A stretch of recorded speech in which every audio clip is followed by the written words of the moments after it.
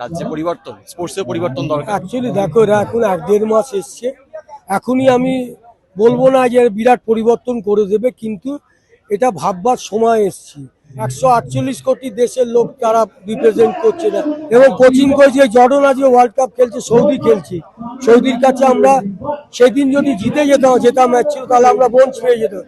সুতরাং ফুটবল নিয়ে ভাবার সময় এসছে। নিশ্চয়ই জাপান সবাই খেলছে, সৌদি, ইরান, ইরাক খেলতে পারে, আমরা কেন পারবো না?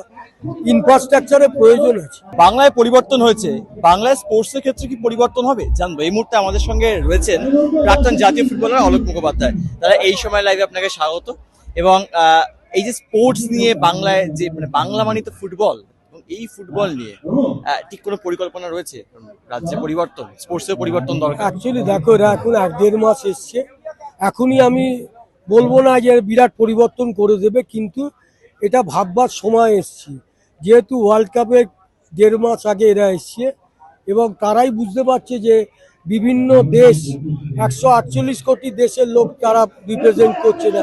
এটা আমার কাছে কষ্ট, যেহেতু আমি নেহেরু কাপ, 2টো নেহেরু কাপ এখানে খেলেছি, সমস্ত ওয়ার্ল্ড কাপ খেলেছি, এবং কোচিং করে যে জর্ডন আজকে ওয়ার্ল্ড কাপ খেলছে, সৌদি খেলছি।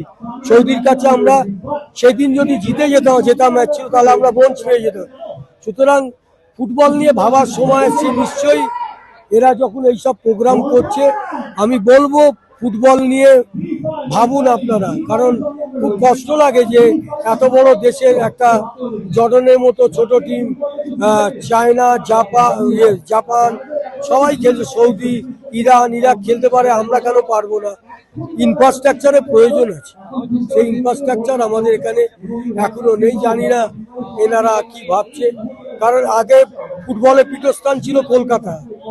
আমি তোমার 2টো এশিয়ান গেমসে আমি বলছি, 82 এশিয়ান গেমসে 18 জনের 13 জন কলকাতায়। 86 এশিয়ান গেমসে 18 জনের 11 জন কলকাতায়। তুমি দূরবীন দিয়ে দেখো, কেউ নেই। সেই ফুটবলের ইয়েটা উন্মাদনাই হারিয়ে গেছে। এই যে ওয়ার্ল্ড কাপ হচ্ছে, 82, 86, 94 যেসব উন্মাদনা ছিল, সেই ওয়ার্ল্ড কাপেরও কিন্তু সেই কোয়ালিটি অফ প্লেয়ার কমে গেছে। সেই জিদান, সেই মারাদোনা, সেই প্লেয়ার কোথায়?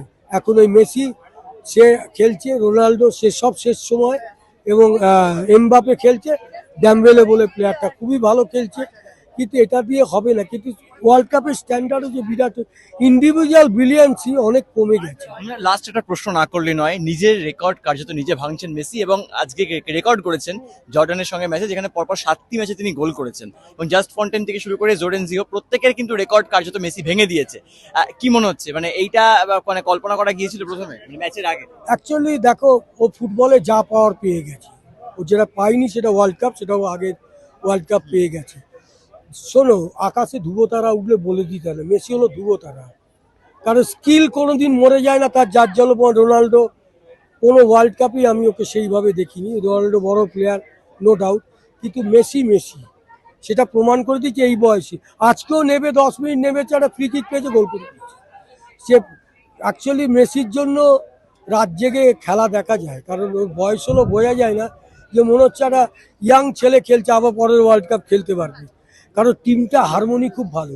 Football is a team game. সেই টিমটা কিন্তু মেসি যারা সতীর্থ আছে, তারা অনেক সাপোর্টিভ আছে।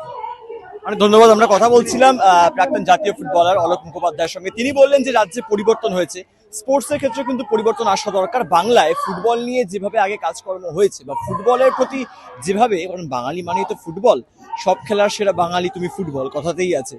এই বাঙালিকে ফুটবল নিয়ে আরো ভাবতে হবে। অন্যদিকে দাঁড়িয়ে কিন্তু নতুন সরকার এসেছে, তিনি আশা রাখছেন যে বাংলায় স্পোর্টস নিয়ে যে চর্চা হয়তো গত 15 বছরে হয়নি, সেটি হয়তো এবারে হবে।